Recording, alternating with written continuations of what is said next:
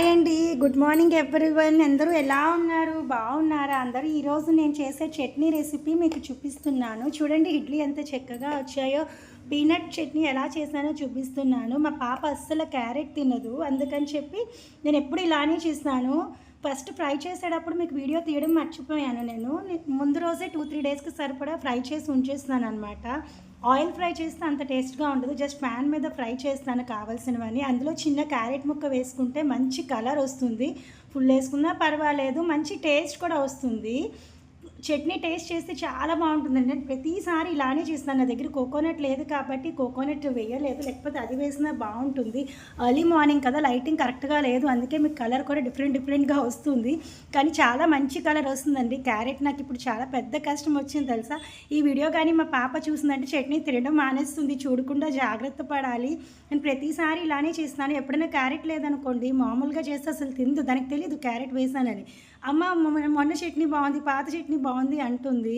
నేను చాలా జాగ్రత్త పడాలి. ఈ వీడియో మా పాప చూడకుండా మీరు ఒక్కసారి ట్రై చేయండి. చాలా బాగుంటుంది, కలర్ఫుల్గా ఉంటుంది, తినేటప్పుడు టేస్ట్ కూడా చాలా బాగుంటుంది. క్యారెట్ కావాలంటే ఫ్రై చేసుకోవచ్చు, పీనట్స్ ఫ్రై చేసేటప్పుడే. లేదు అనుకుంటే మీరు పచ్చిగా కూడా వేసుకోవచ్చు. ఈరోజు బెండకాయ కర్రీ చేయాలి, బెండకాయ ఫ్రై చేయాలి. నైట్ క్లీన్ చేసి పెట్టేసుకున్నాను. కట్ చేయడానికి టైం సరిపోలేదు నైట్, అందుకే ఈరోజు మార్నింగ్ ఫాస్ట్గా కట్ చేసేసి బెండకాయ ఫ్రై చేస్తున్నా. ఫస్ట్ పాపకి బాక్స్లోకి పెట్టేస్తే తర్వాత మాకు వేరే వెజిటేబుల్స్ ఏమైనా చేసుకుంటా. అది ఒక్క కర్రీయే తింటుంది, ఏదో ఒకటే. నేను ఇంట్లో 2-3 చేసిన అది అస్సలు తినదు. దానికి ఏదో ఒక్కటే పెట్టాలి బాక్స్లో కర్రీతో.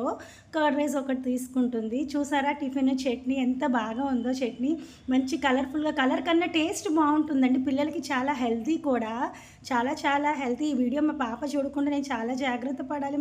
మళ్ళీ చెప్తున్నా. చూస్తే మరి తినడం మానేసింది. అది ఎలాగో బొంబాయి చట్నీ తినదు, పోపులు వస్తాయని. చూసారా ఈలోగా బెండకాయ ఫ్రై కూడా అయిపోతుంది. సిమ్లో పెట్టుకొని మీరు ఎలా చేసుకుంటారో అలా వేసేసుకొని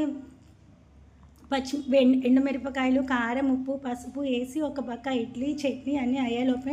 ఎర్లీ మార్నింగ్ కదా, ఫాస్ట్గా అయిపోవాలి అంతా. అవ్వండి చక్కగా బెండకాయ ఫ్రై చూసారా ఎంత బాగా కనిపిస్తుందో, గ్రీనీగా ఎంత బాగుందో.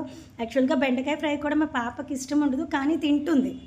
దానికి ఉన్నవే 2-3 వెరైటీ వెజిటేబుల్స్ ఇష్టం అంతే, కానీ అన్నీ పెడతా. ఎగ్జామ్ కదా అని చెప్పి ఏడిపించాను, కానీ మామూలు అప్పుడైతే అన్నీ పెడతా. దానికి ఒక ట్రిక్ ఉంది, ఎలా పెడతానో నేను నెక్స్ట్ టైం ఎప్పుడైనా మీకు చెప్తాను. ఎందుకంటే అది పొరపాటున వీడియో చూసిందంటే మళ్ళీ తినదు. చూసారా ఎంత బాగుందో, చూడడానికే కలర్ఫుల్గా ఇప్పుడే తినేయాలనిపిస్తుంది నాకైతే. బాగుంది కదా బెండకాయ ఫ్రై. ఈలోగా రైస్ కూడా రెడీ అయిపోయింది. మీకు నేను చెప్పాను కదా, రైస్ బాయిల్ నానబెట్టి వండుకుంటే ఎంత బాగుంటుందో. బాక్స్లో పిల్లలకి గట్టిగా అయిపోతే తినలేరు కదా. బాయ్ అండి. Bye everyone. Thank you for watching.